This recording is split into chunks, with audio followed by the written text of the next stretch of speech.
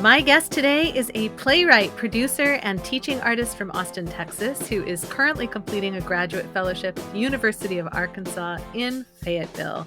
My guest is Adrienne Dawes. I'm Aden Nepom, and this is the Changed Podcast.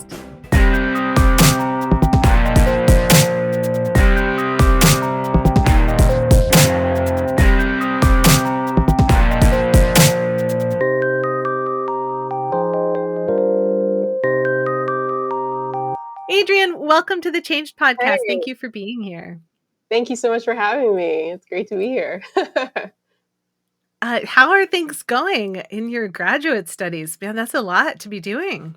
And so I've now been in Zoom grad school longer than I've been in person grad school. So it's been wild. It's definitely been different than I could have ever imagined.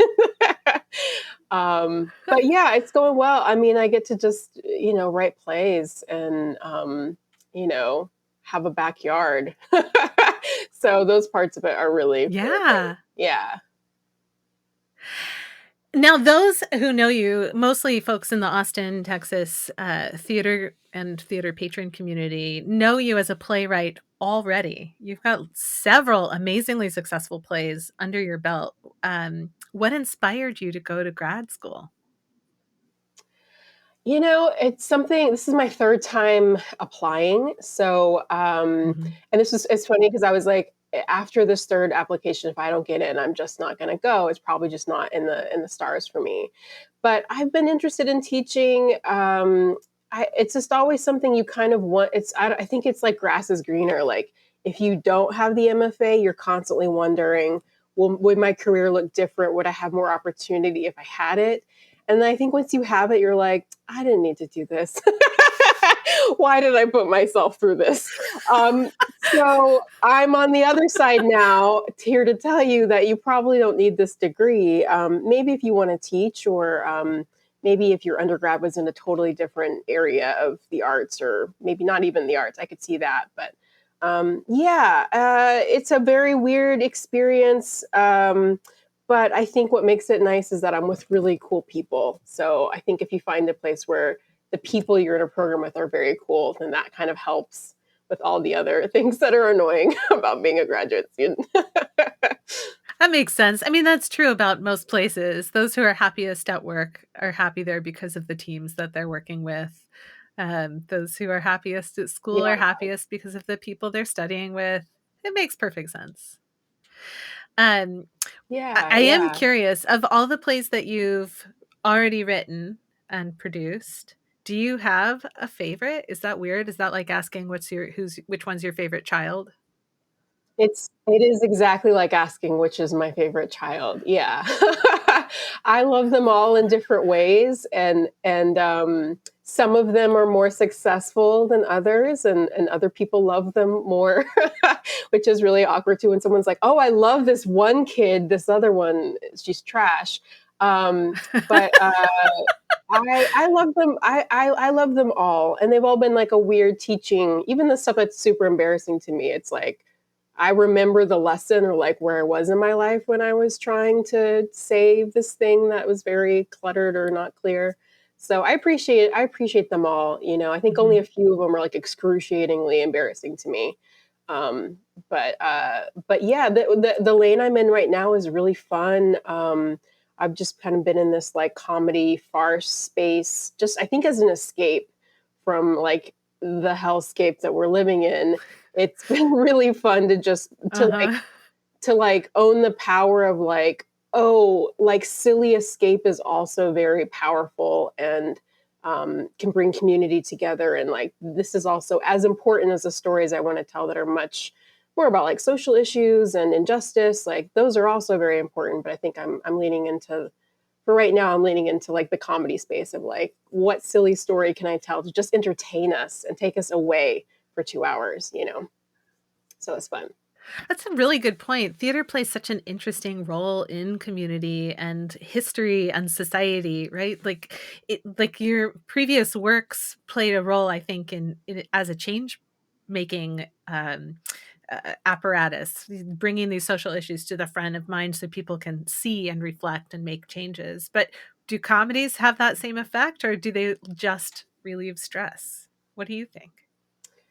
I think that they totally do, and I think some of the best comedies are, are like satire, especially as a space where we're really like targeting something in society that is wrong or evil or bad with the hope of changing. And I think comedy is a great space because it opens us up, it like disarms us in this really lovely way where we can have that harder conversation, that might be hard. It's hard to sell a show like, hey, let's come and talk about, you know, um, mental illness and like white supremacy from the standpoint of a biracial person. Like, that's kind of a hard sell. I do have a play that is exactly that play.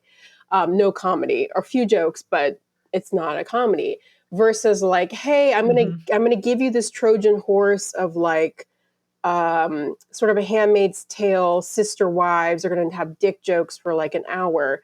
And at the heart of the show, we're actually going to be talking about like this government control of femme and female bodies and fertility and all the fucked up patriarchy that's going on. Like it's easier to sell the dick jokes as a way into the conversation about the other thing. So I like that comedy. I mean, I think really comedy is harder to do for me than the more dramatic stuff. And yeah, you just see the audience kind of relax a little bit. They're a little more like, oh, okay, my expectation is to have fun. And that's a different mindset of like going into something that like Mhm. my expectation is to be told what to do, or shown that the way I live is wrong. Mhm. It's just a different strategy or audience. That makes a ton of sense.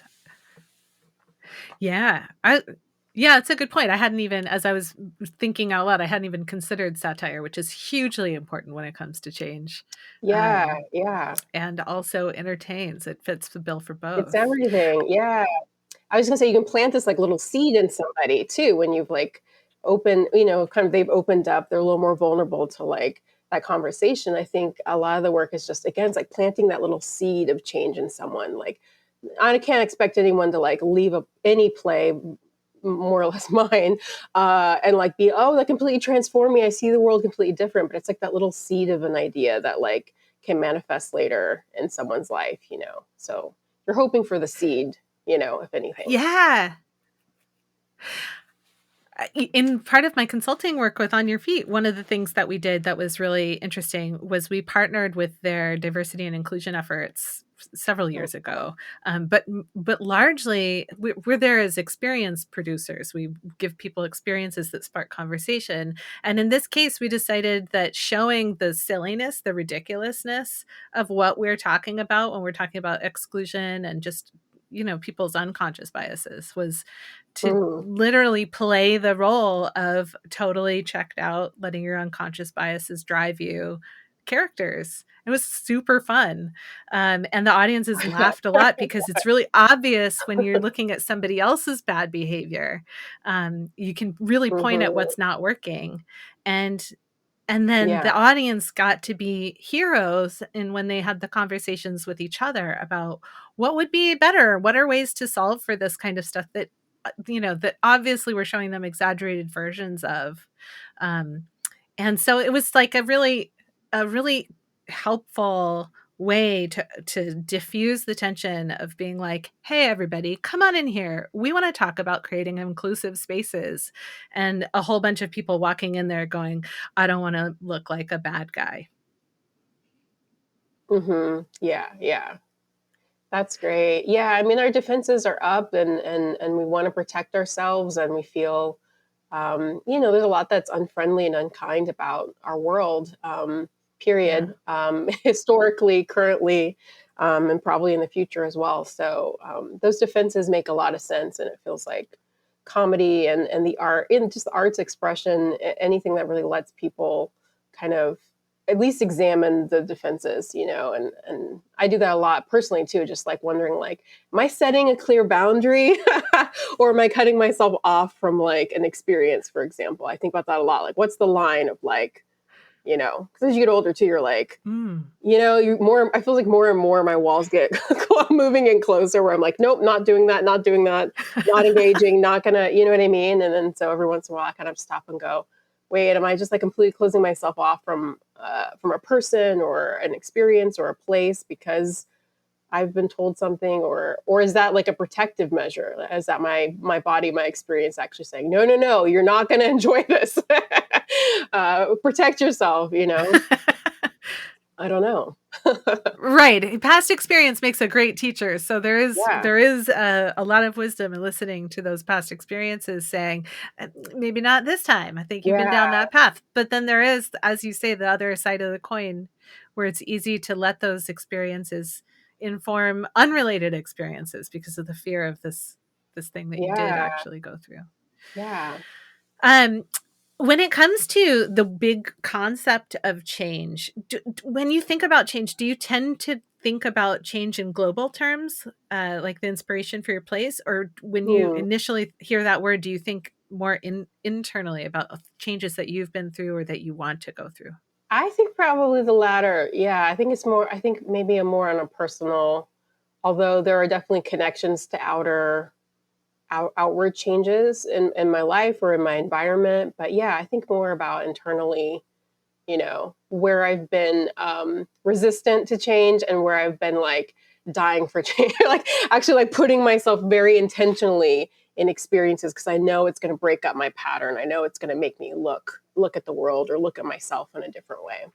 Can you give me an example of a change that you were like, ah, no? And then one you were like, please change.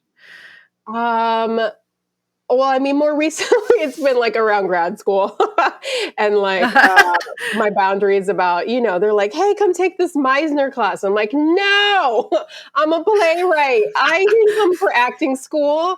And I'm sorry. I'm so sorry. I'm so sorry if y'all love Meisner. I know it is. I know it is helpful for some people, but I've seen too many improvisers go into Meisner and come out, and all their instincts are gone. And I'm like, what happened? Like, I know you want to be a serious actor, but what happened? Because before you were like so, like you just would make choices, and it just feel like it screwed a lot of really great actors.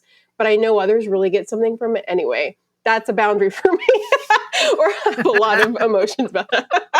Apparently, I have a lot of opinion about it. But I just, for me, was like, no, I will I think maybe a lot of try the people musical have really cabaret strong class. opinions about Miser. Like, maybe I'm not alone. Yeah, I feel bad, because one person's train, for me, it just does nothing for me, but for someone else, it's like opening up all these things. But yeah, so that's like a recent Yeah. example of me just being like, nope, this is not something I want to do. I don't. There's no discussion about it. Um, but I'll say a lot of so I've moved a whole lot in my life since college, very intentionally.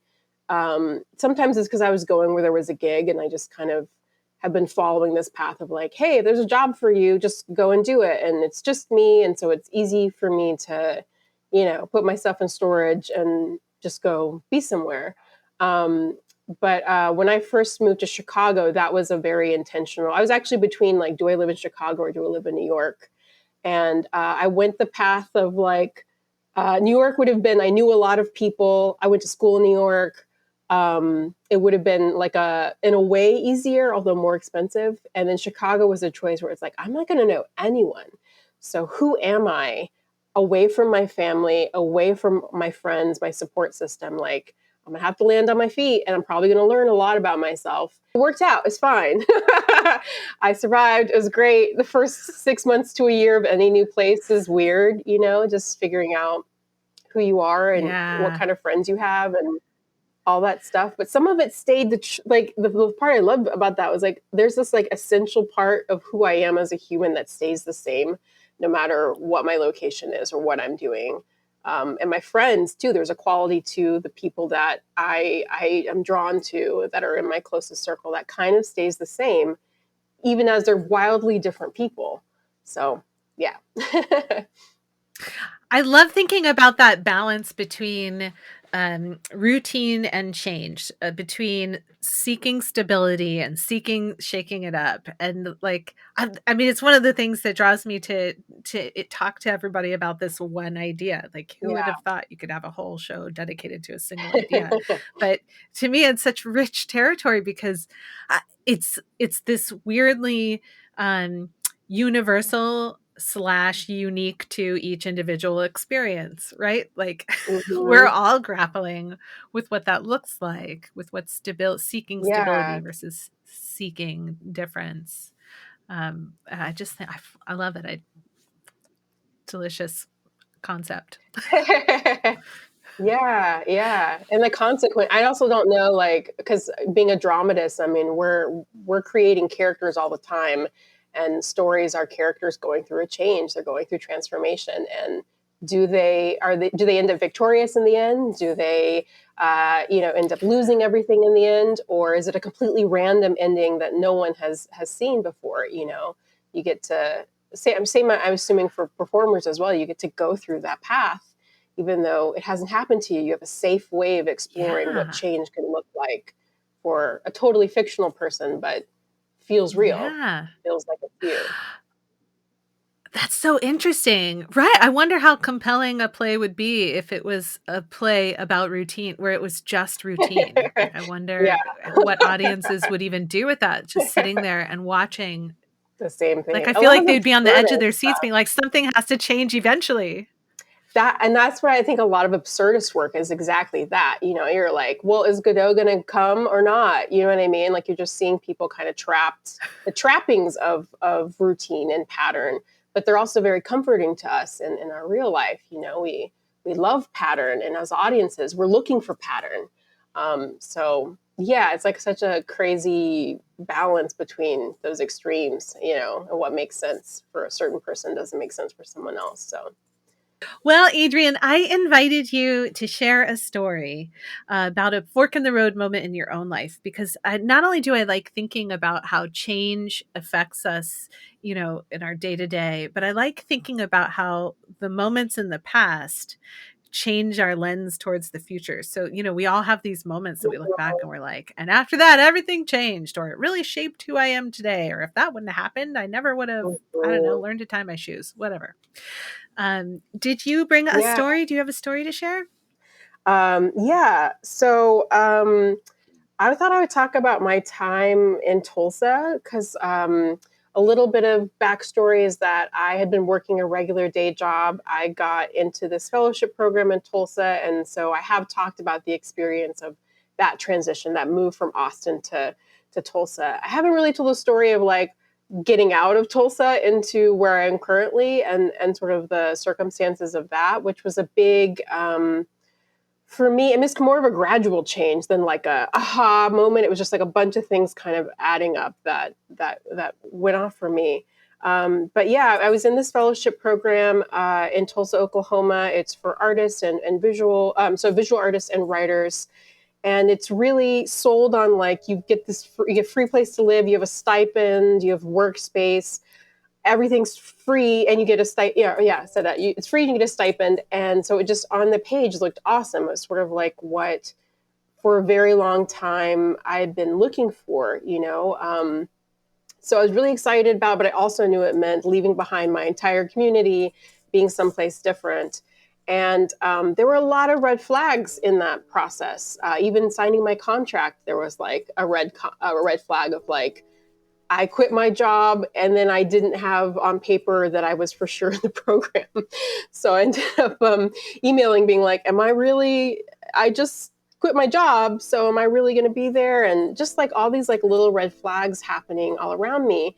And what I could tell was that it was a program that was brand new. And I think I came in with a spirit of like, they're figuring out their things. I'm sort of a guinea pig, but if I kind of lay low, I just do my work, free rent, my life will be okay, just kind of suck it up, you know what I mean? And other people were having very serious problems with staff and like sort of the transition into this program, things like their studios not being available, visual artists bringing in really expensive equipment and then not having a place to store, like all of this mess around me. And I kept being like, no, nothing doesn't affect me, but like I can still sit at a coffee shop and write plays. It's not disrupting my everyday. It's not like anyone's physically being harmed or anything big. But it was this weird test because it was like, I know there are things going on that I don't agree with and I think are wrong. And yet I don't know my place in like speaking up and saying anything. And I saw a range of different reactions. I saw some people just completely check out.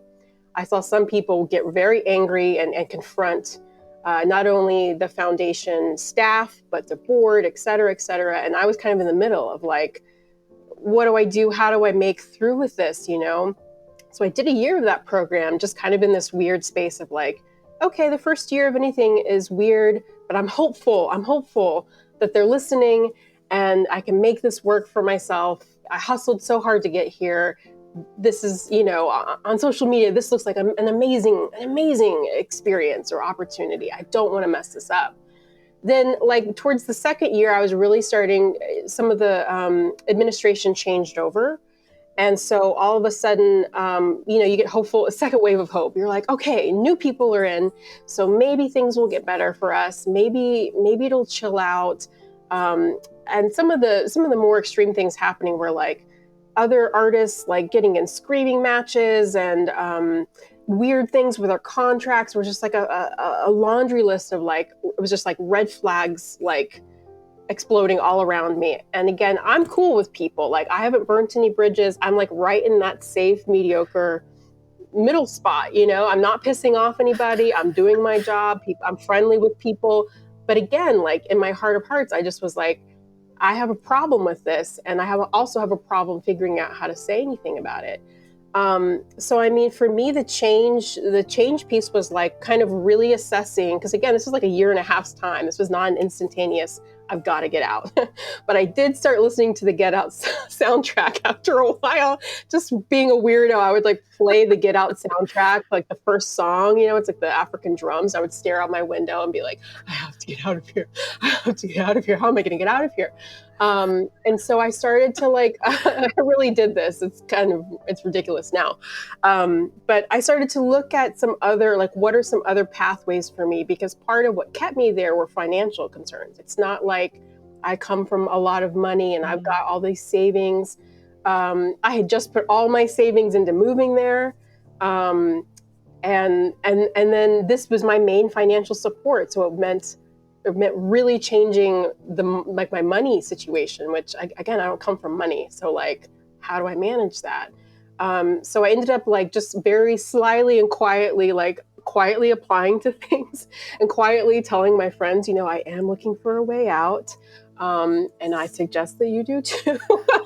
You know, everyone had a different relationship. So I don't want to impose on anybody, but I was just like, look, some things are really alarming to me. I think I'm going to make that jump.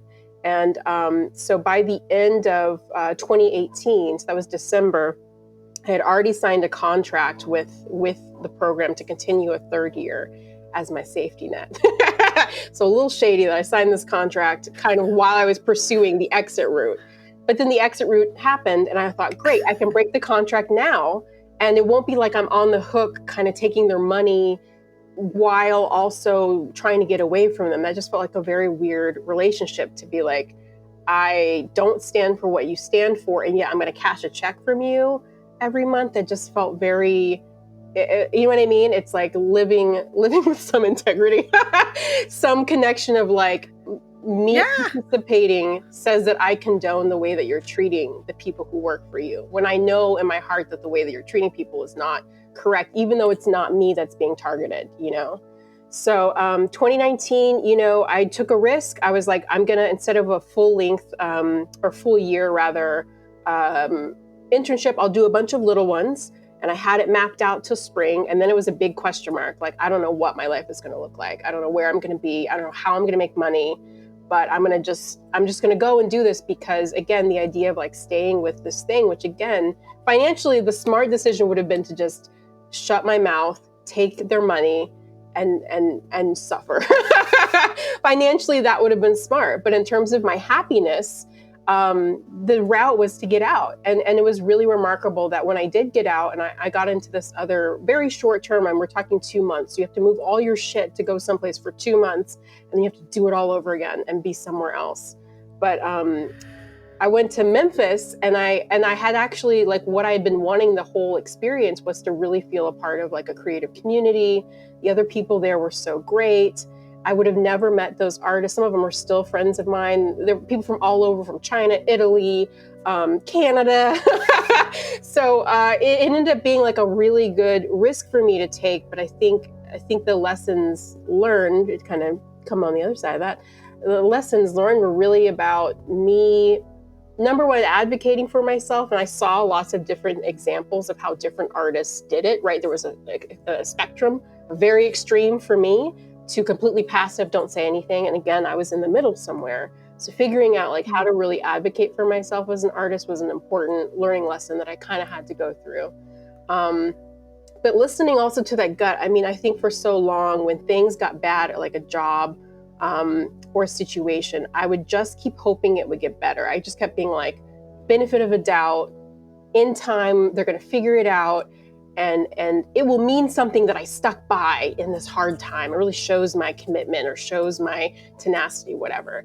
And again, as I get older and more experienced, I'm just sort of like, I have a shorter time frame of like, yes, I want to try to give people a chance um, to course correct or whatever, but also like there's a window of that before it's like excessive and like it's actually harmful for you to be in this very negative, toxic work environment. I did no writing, by the way, those 2 years. So I mean, there was a creative Oh no. consequence. Yeah, I mean, we're there to write, and I mean, I was so distracted by all the drama going on around me in this foundation, this fellowship that really did not know how to run an arts residency.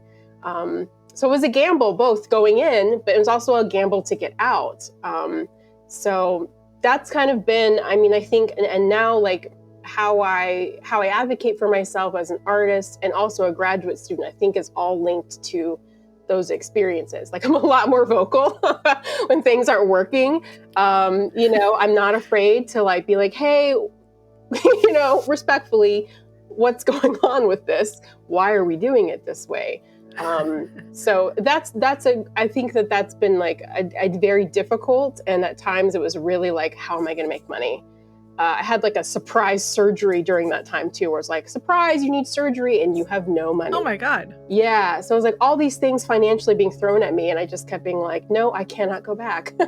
I cannot do that anymore. So that's my story of change. I mean, it's a very micro one, but I felt like I've talked so much in interviews about like, oh, I got into this cool thing. And I don't think I've really talked about like the disaster of living in Tulsa, Oklahoma. There's great people there. I really don't want to trash on Tulsa because there are great artists that live in that community. But the foundation that I was working with was really, really challenging. And I'm really happy to be out of the cloud. That was that experience, because that was very hard. Wow. Well, thank you so much for sharing that story, for sharing your thoughts about um, advocating for yourself. I think that that's such an important lesson to learn, and um, it's not obvious or easy. Is the thing about it? It's like a critical life skill that Yeah, nobody teaches you and is hard to figure out. yeah. It's a very like in the middle, like light touch, because if you go too extreme, it can really turn people off or be harmful or be sort of violent. And then on the other hand, if you're just passive and you Yeah. don't speak up when things are wrong, even if it's not directly happening to you, there are consequences for that. What is it? Like silence is violence. I've heard that said a lot. And that's really been like a Yeah. key phrase I've been holding on to as a lot of things going on, not just like work, but like a lot of things in the world where it's just like, Sure, sure. we don't speak up and we don't talk about, this injustice or this thing that's really, really harming a lot of people, then it's as if you're complicit with those actions, that you aren't speaking up and saying something. So, Yeah. you know, I have a work example, but I mean, like you get those skills and they apply to like so many aspects of your life. I think that uh, you get a little bit of practice and it inspires you to be more bold in other parts of your life where you're maybe, you know, maybe you're more limited, and like how to speak up in your relationships or your friendships and say, hey, this is really harmful, and I gotta go. That's a hard conversation Yeah. to have. Yeah. Yeah. Yeah, these things are never easy. They're super important though. And I think that when people have the ability um to speak up and ask important questions gracefully, it can be so powerful. To be Mhm. able to say, not just to speak up and be like, "Don't talk to me like that," which Yeah, is, yeah. like that's an important, you got to like push the barrier at some point, but to be able to say like, "Hey, here's what I noticed. I'm super curious what Yeah. you thought of that, because this is what it was Hmm. like for me, and you may not know. So I'm curious, what was that moment like for you?" It's like that's, we're leveling up now that conversation. Um, and yeah, I think Yeah. it's critical to be able to do it, but it's not easy, and I think it's almost mind No. boggling how counterintuitive being able to do these things seems to be for most of us. Yeah. I think also like creative fields, you're so because it's so tied to it's your livelihood, and you are trying to make a living. Again, this is just me. I mean, imagine people going through that experience with kids, going through that experience with a partner or Yeah. person that they also were financially responsible for in some way. Like, it's really hard. I think as artists, uh, it's such a complicated relationship because it's hard already just to be asked to be paid a fair wage for the work that we do, or to be recognized that the work that we contribute is of value and important. Mhm. And so it feels like there's a lot of really sketchy, interactions that happen between artists and institutions where they aren't clear about terms, or people just sort of they're just like, oh, it's not. We endure a lot because we want to have the ability to do like the thing that we're most passionate about. But it's Mhm.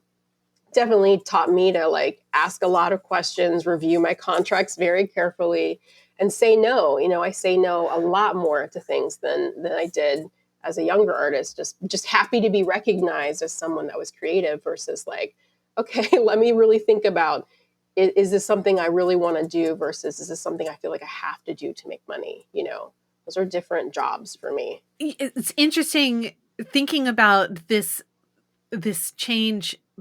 First, like the red flags piling up, the evaluation phase, the listening to music and staring out the window dramatically phase, Yeah. followed by the sending out applications phase.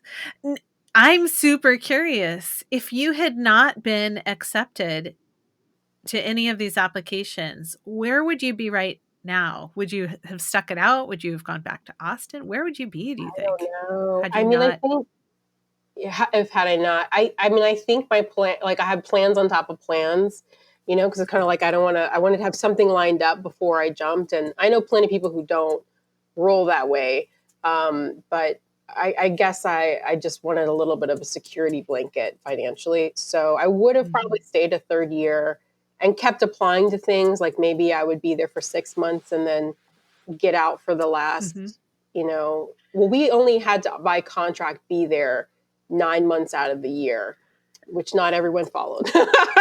But I was a good girl. I followed my contract. I follow, of course, I want to follow my contract. But I would have probably like dropped after 9 months. I would have just been like, I'm here for 9 months, and then now I've moved out, and I'll just get my check in the mail, kind of thing. Um, Mhm.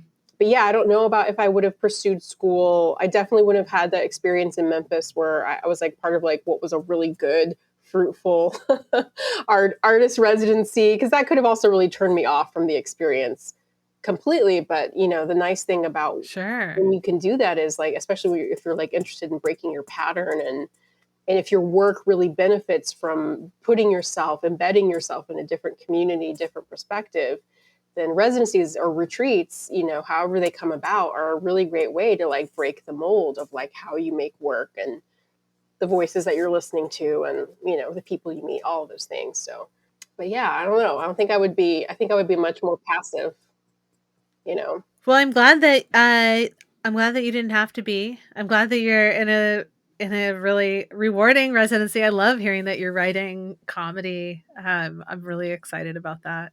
Um, and Great. Yeah. I'm curious, as we kind of bring this conversation to a gentle close, I'm curious what you would love for people to walk away from having listened to this conversation. What would you love them to walk away with, to like advice, Yeah. wisdom, love of the arts, advocacy? I don't know. You tell me. Yeah, pay your artists. Number 1. I mean, I think it's Amen. so, I think it's I think the 2 things that are standing out is, like, paying attention to, I mean, as you mentioned, there were red flags piled on top of red flags for me.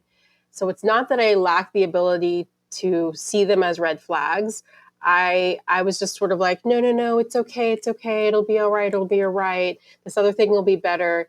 And so I think on one hand, it's really like listening to your gut. And I mean, I think that's sharpened my instincts for sure of like, okay, a couple red flags is enough. You don't need to wait for things to blow up. You can just have a couple red flags and go, or at least ask questions, like you said, like at least engage in a conversation about what are the expectations? What do you need here?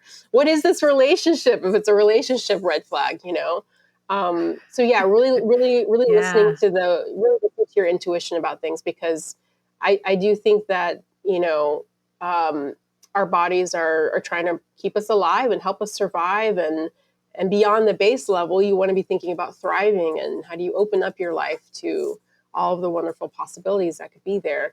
I think the other thing is like karma. You know what I mean? Like thinking about it, especially if you are in a position of power, you're a gatekeeper, you're a leader, you're a director, you're a boss. The extension of humility and understanding and flexibility, adaptability that is required of that job. You see people in leadership who you're just like, how did you get this? You know what I mean? It's just like, do you have money and have you been doing Yeah. it long enough? Is kind of how we determine leaders, for the most part. But really having someone who is tuned in and tapped into listening to the people that are working quote unquote under them, and like really considering it more of like um, not a, I wouldn't say family, because in work situation that's weird. That's not really your family. That's your job and your family you go home to. But like really just looking looking at the full person, I would say, instead of like, you're this person, in the case of this like weird artist residency, it's like a billionaire being like, you're the artists that are in my menagerie, and that's not a great feeling either. You know what I mean? Like, I don't know anybody that really wants Yeah. to be in that position, but opening those channels and actually listening, because some people will be like, yeah, it's open office, come talk to me anytime you want, and then you do, and you're like, okay, I'll be honest with you, this thing is not working for me, or I have a hard time with this, and then immediately everything closes, and they get angry at you. Why did you tell me something wasn't? Why are you telling me that I'm not doing a good job, or that you're having a challenge with something? And yeah, I mean, I will admit that it's hard to be the leader. It's hard to be in charge of anything, but it just feels like if there could just be a little more Mhm. grace, and allowing for space for things to change. You know what I mean? Allowing for that space, even that little Yeah. micro movement would help so much for everybody's experience, including yours leading. I mean, who wants to lead a bunch of really, really unhappy people? I don't know. Jeff Bezos. But other people, I'm gonna get in so much trouble. But yeah. Yeah, you know what? I don't think anybody wants to lead unhappy people. I think the like people who are in leadership positions vary in their what motivates them and what they think motivates others. And it's easy, I think, for leaders. I do a lot of work with leaders. Um, and Oh it's easy yeah. for them to forget about the human Mhm. aspect. So I think your advocacy here of, if you're going to ask the question, listen to the answer, is just like such a clear, easy Mhm. piece of action for people to take. If you're going to ask the question, listen to the answer and allow that to affect your decisions moving forward. Because if you're going to go through the steps, to not follow through is causing more harm than Yeah. good. So, yeah, it's a really Yeah. important thing for people to be aware of. Um, Thank you so much. This has been absolutely lovely, and our time together far too short. But I super appreciate you being on the show. Thank you. Thank you so much.